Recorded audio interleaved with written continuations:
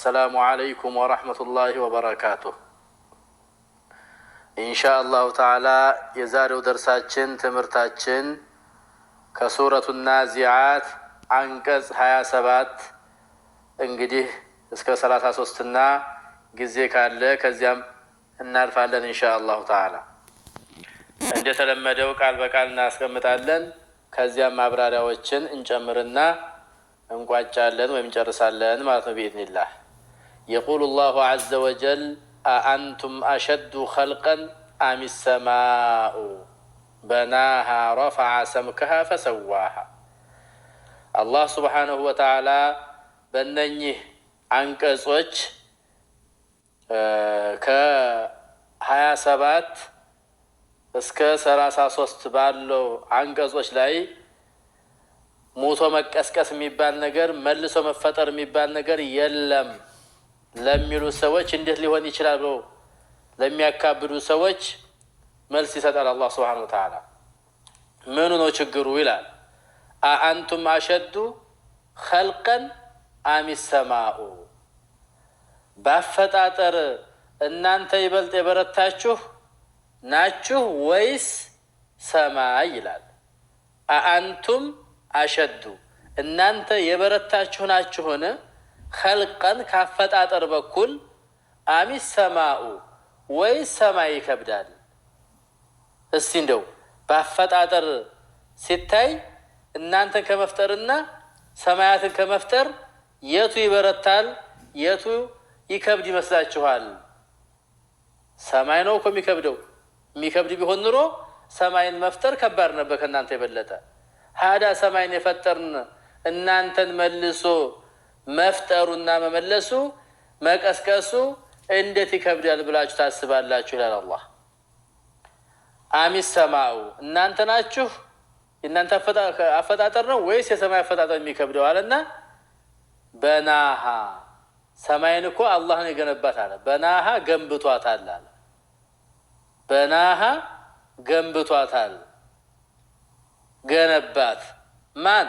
አላህ Subhanahu Wa Ta'ala በናሃ አላህ እንደማለት ነው። طيب رفع سمكها ሲፈጥርም ደግሞ رفع ከፍ አድርጓል።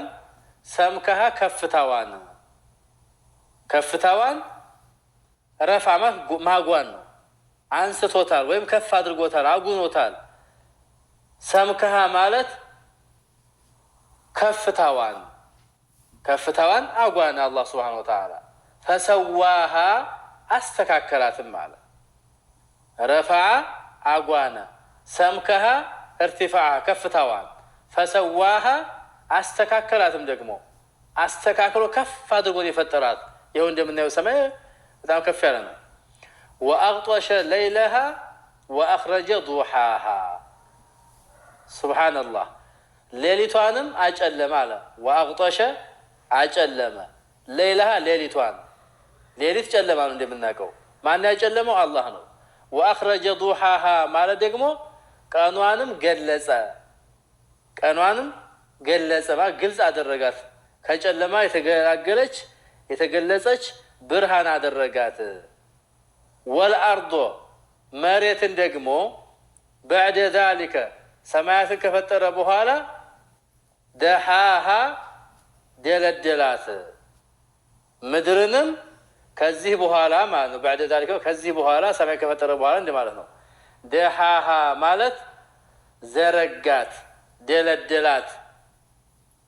እንግዲህ ከዚህ አነጋገር የምናየው መሬት በኋላ እንደተፈጠረች ይመስለናል።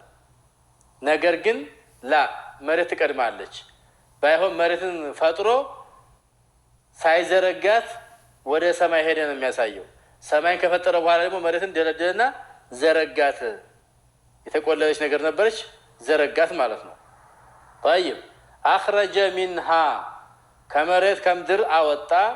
አخرج አወጣ منها ማለት ከርሷ ከምድር ማአሃ ውሃዋንና ወመርዓሃ ግጦሿንም ውሃዋንና ግጦሿን ከርሷ ከምድር አወጣ አለ። ወልጂባለ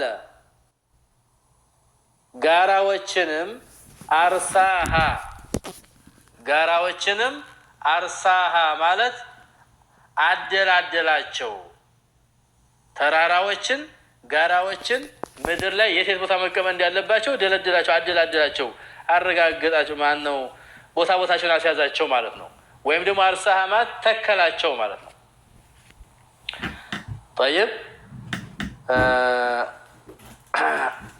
አርሳሃ አደላደላቸው ወይም ተከላቸው ይሄን ያደረገው ለምንድን ነው መሬትን ዘርግቶ ውሃውን አፍልቆ አውጥቶ ግጦሿም እንዲወጣ ያደረገበት ለምንድን ነው ከተባለ መታዕ ለኩም ወሊአንዓሚኩም ለእናንተና ለእንስሳዎቻችሁም መጣቀሚያ ይሆን ዘንድ ነው መጣቀሚያ ትሆን ዘንድ ፈዓለ ዛሊከ አው ኸለቀ ዛሊከ ይህን ነገር አደረገ ወይም ፈጠረ ይለናል طيب እንግዲህ በዚህ በአጭር አንቀጾች ትልቅና ሰፊ ታሪክ ነው አላህ Subhanahu Wa Ta'ala እየነገረን ያለው አንደኛ ሞቶ መቀስቀስ የለም የሚሉ ሰዎች የለም የሚሉበት ምክንያት ከባድ ነው ይሄን መልሰው ሰው ይመለሱ እያሉ ስለሆነ ይሄ ቀላል ነው ከሰማይ መፍጠር የሚቀል እንጂ የሚከብድ አይደለም ስለዚህ አንቱም አሸዱ خلقን አም السماء በማለት ገለጸ ሰማይን ደግሞ ሌላ ከፈጠረ እንዳትሉ በናሃ አላህ ገነባት ፈጠራት አለ ሌላ ቦታ ላይ ለخلق السماوات والارض اكبر من خلق الناس الى سوره غافر ላይ ሰማያትና ምድር መፍጠር በጣም የከበደና ትልቅ ነገር ነው የሰውን ልጅ ከመፍጠር ይላል ቢከብድ ኑሮ የሚከብደው የሰማይና ምድር ነበር ግን እሱንም አድርገነው ነው አላህ ይያላለው وهو على كل شيء قدير ስለሆነ ሌላ ቦታ أوليس الذي خلق السماوات والأرض بقادر على أن يخلق مثلهم بلى وهو الخلاق العليم ይላል أوليس الذي يا አይደለም ምን خلق السماوات والأرض ሰማያትና ምድርን የፈጠረው አላህ بقادر ቻይ አይደለም እንዴ على أن يخلق مثلهم መሰሎቻቸውን ሊፈጥር የሚችል አይደለም እንዴ በላ እንዴታ ነው እንጂ وهو سبحانه الله الخلاق العليم ማለት الخالق አይደለም الخلاق خلاق በጣም ፈጣሪ ማለት ነው العليم ጥልቅ አዋቂ ሆነ ጌታ ነውና ይችላል ስለዚህ ምኑ ነው የሚከብደው እናንተን መመለሱ ምኑ ነው የሚከብደውና ለመቀበል ያስቸግራችሁ ያዳገታችሁ የት ላይ ነው ምኑ ላይ ነው ተቀበሉ ነው በናሃ አለ ገነባት አለ ይሄን ሲያብራራው ረፈዐ ሰምካ ፈሰዋ በናሃ የሚለው ግንባታው በምን መልኩ ነው ረፈዐ ሰምካሃ ፈሰዋሃ بمعنى جعل يقول الله عز وجل فإذا جاءت الطامة الكبرى يوم يتذكر الإنسان ما سعى وبرزت الجحيم لمن يرى الآيات الله سبحانه وتعالى فإذا جاءت الطامة الكبرى إلى ታላቂቱ ማዓት በመጣች ጊዜ ይላል فإذا جاءت በመጣች ጊዜ الطامة الكبرى ማለት ማዓት በመባል የምትታወቀው ያው የቀን ቀን አንዱ ስም ነውና ጧማ ማለት እሷ በመጣች ጊዜ የተለያዩ ጉድ የሚፈላባት ቀን ጧማ የምትባለው ታላቂቱ በመጣች ጊዜ የሚገነዘብና የሚያስተውልበት ቀን ማለት ማሳዓ ማለት የሰራውን የሰው ልጅ ሁሉ የሰራውን በሚያስታውስበት ቀን وبرزت الجحيم لمن يرى جهنم لم ييسው በተገለጠች ጊዜ ይላል وبرزت በተገለጠች ጊዜ الجحيم جهنم لمن يرى لم ييسው ለሚመለከት ሰው መመልከትና ማየት ለሚችል جهنم በተገለጠች ጊዜ فأما من طغى የካደ የጠመመ ሰውማ ይላል فأما من طغى ድንበር ያለፈ ወሰን ያለፈ የካደ ሰው ማለት ነው طغى ማለት وآثر الحياة الدنيا ቅርቢቱንም ህይወት የመረጠ አለ وآثر የመረጠ الحياة الدنيا ቅርቢቱን ህይወት الدنيا ማለት ቅርብ ማለት ነው الحياة ያው ህይወት ነው فإن الجحيم هي المأوى فإن الجحيم جهنم እኮ ይሄ ማእርሷ المأوى በእርግጥ መኖሪያው ናት ለካደ ሰውማ جحيم جهنم هي المأوى በእርግጥ መኖሪያው ናት አለ المأوى ማለት መኖሪያ ማለት ነው وأما من خاف مقام ربه በጌታው ፊት መቆምን የፈራ ሰውማ ይላል وأما من خاف የፈራ ሰው مقام ربه ማለት በጌታው ፊት መቆምን ፈርቶ ያው ሂሳብ ይደረጋል ወዲህ ይደረጋል ብሎ ተጨንቆ ተጠቦ ከወዲሁ ወነሐን ነፍሰ ነፍስን የከለከለ ነፍስንም የከለከለ አለ አኒል ሀዋ ከዝንባሌዋ በፈለገች ልትጓዝ ስትል ይህ አያስኬድሽም፣ በዚህ መሄድ የለብሽም፣ ይሄ ክልክል ነው፣ ይሄ ሐራም ነው፣ በዚህ መጓዝ ያለብሽ እያለ ከማይገባት ዝንባሌ የከለከለ ሰው አለ ፈኢነል ጀነተ ይሄ አልመእዋ በከሃዱ ተቃራኒ ፈኢነል ጀነተ ጀነት ይሄ እርሷ አልመእዋ በእርግጥ መኖሪያው ናት። ለማን አላህ ፊት መቆምን ፈርቶ ተጨንቆ ተጠቦ ነፍሱን ከማይገባ ዝንባሌ የከለከለው ማለት ነው። ጠይብ የስአሉነከ ይጠይቁሃል አለ አላህ አኒ ሰዓቲ ስለ ሰዓቲቱ ስለቂያም ቀን ይጠይቁሃል። አያነ ሙርሳሃ መቼ ነው መሆኛዋ መከሰቻዋ መቼ ነው የምትከሰተው? ዕለተ ትንሣኤ የምትባለው ቂያም ቀን የምትባለው ጧማ የምትባለው መቼ ነው የምትከሰተው ብለው ጊዜ ገደብ እንዲሰጣቸው ይጠይቁሃል። ፊማ አንተ ሚን ዚክራሃ አንተ እርሷን ከማስታወስ በምን ውስጥ ነህ? ፊማ አንተ ማት አንተ በምን ውስጥ ነህ? ሚን ዚክራሃ ማት ሚን ዚክራ አሳዓ ወይም ቂያም ቀንን ወይም የቂያም ቀን የምትከሰትበትን ቀን ከማስታወስ በምን ውስጥ ላይ ነህ አንተ? ለመሆኑ በምን ላይ ነህ? የምታውቀው ነገር አለ እንዴ? የለህም። ኢላ ረቢከ ሙንተሃሃ ኢላ ረቢከ ወደ ጌታ ብቻ ነው። ሙንተሃሃ ማት የእውቀት መጨረሻዋ ወደ ጌታ ብቻ ነው። ቂያም ቀን መቼ እንደምትከሰት የሚያውቀው አላህ ብቻ ነው። እኛ የምናውቀው ወይም ረሱል ዓለይሂ ሰላም የሚያስተማሩት ቂያም ቀን እንደሚከሰት እንጂ መቼ እንደምትከሰት እሳቸውም አላወቁም። የሚያውቅም አካል የለም አንድ አላህ ሱብሓነሁ ወተዓላ ብቻ እንጂ።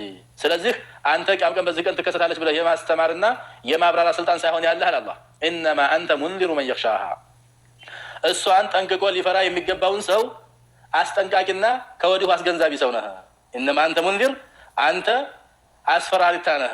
መን የኽሻሃ ማት የሚፈራትን ሰው አስፈራሪታ ብቻ ነህ እንጂ ቀን ገደቧን ተናጋሪ መግለጫ ሰጭ አይደለህም።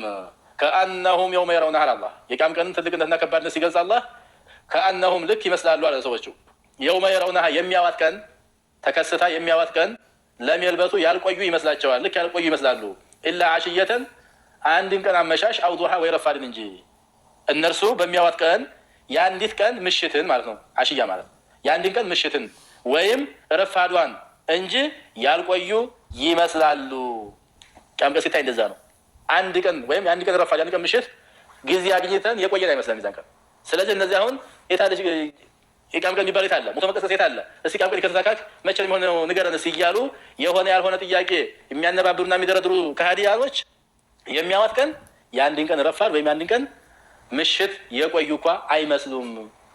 ድንጋጤው በጣም ነገሩ 60 ዓመት ምናምን ቆይተዋል እኮ ግን ያን ያህል የቆዩ ቀርቶ የአንድ ቀን ረፋድና ምሽት እኳ የቆዩ አይመስላቸውም ሲል አላህ ሱብሓነሁ ወተዓላ ይገልጻል ማለት ነው። እንግዲህ ቂያም ቀንና በውስጧ ያለው የጸጋ ጉዳይ ሆነ የገሃነም ጉዳይ ጊዜዋ መቼ እንደሚከሰት የሚያውቀው አንድ አላህ ብቻ ስለመሆኑን አላህ በጥቅሉ ያስቀመጠልን ማለት ነው። ፈኢዛ ጃአት ጧመቱል ኩብራ አለ። አጧመቱል ኩብራ ታላቂቱ መዓት ወይም ጧማ ማለት ነው። እሱ ማነው? የውመል ቂያማ ማለት ነው። ጧማ የተባለችው ሊአነሃ ተጡሙ ዐላ ኩሊ አምሪን ሃኢልን ሙፍዲዕን ከማ ቃለ ተዓላ ወሰዓቱ አድሃ ወአመር እንዳለ ሁሉ በጣም መራራ የሆነ በቃ የምናደርገው ነገር ሁሉ የሚጠፋብን የምናጣበት ሁኔታ ስለሚከሰት ጧማ በሚል ገለጻት። በጣም ጨለማ በጣም መራራ ነገር ነች ነው የሚለው ያ አላህ።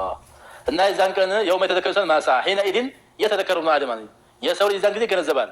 ጀሚዕ አመሊሂ ኸይሪሂ ወሸሪሂ ሲሰራው የቆየውን ሁሉ መልካም ስራ ሆነ መጥፎ ስራ የዛን ቀን ይገነዘባል።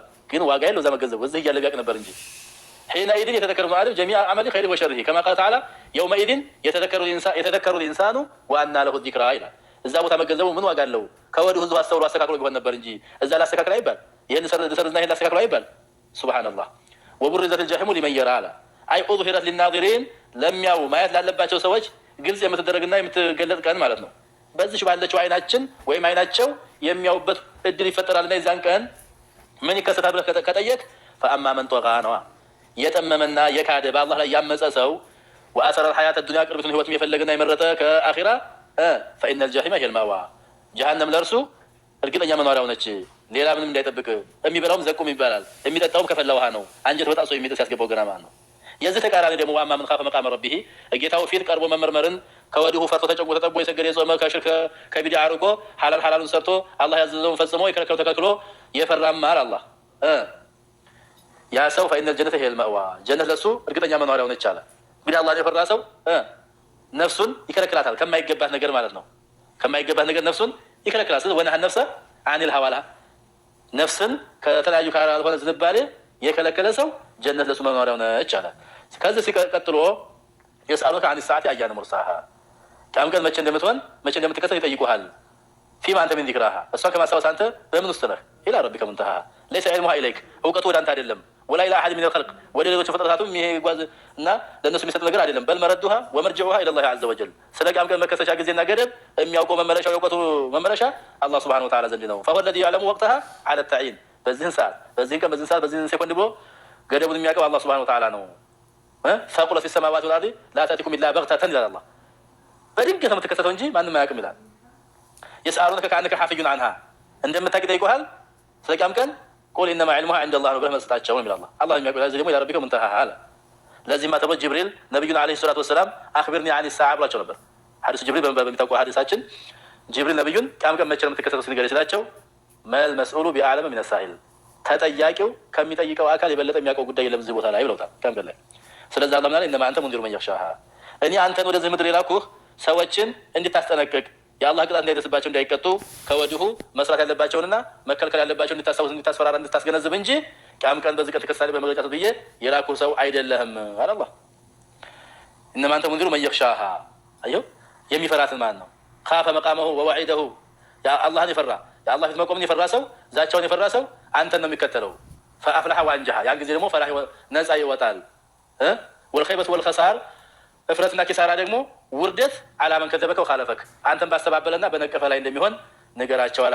ከአነሁም የውመ የረውነሃ ለም የልበሱ ኢላ ዓሽየተን አው ዱሃሃ ነገ ቂያም ቀን ሲያዋት ያ ይነገራቸውና ያስተባበሉት የነበረው በተጨባጭ ሲመጣላቸው የአንድን ቀን ረፋድ ወይም ምሽት የቆዩ እኮ አይመስላቸውም። ከአነሁም የውመ የረውነሃ ለም የልበሱ ኢላ ዓሽየተን አው ዱሃሃ ማ በይነ ዙሁር ኢላ ጉሩቢ ሸምስ ከዙሁር ፀሐይ እስከምትገባ ወይም ከጧት ፀሐይ ከወጣችበት እስከ ዙሁር ባለው የምታክልን ሰዓት እንጂ የቆዩ አይመስላቸውም በማለት አላህ ሱብሓነሁ ወተዓላ ይገልጻል። ቂያም ቀን ማለት ይህን ትመስላለች ለማለት ነው።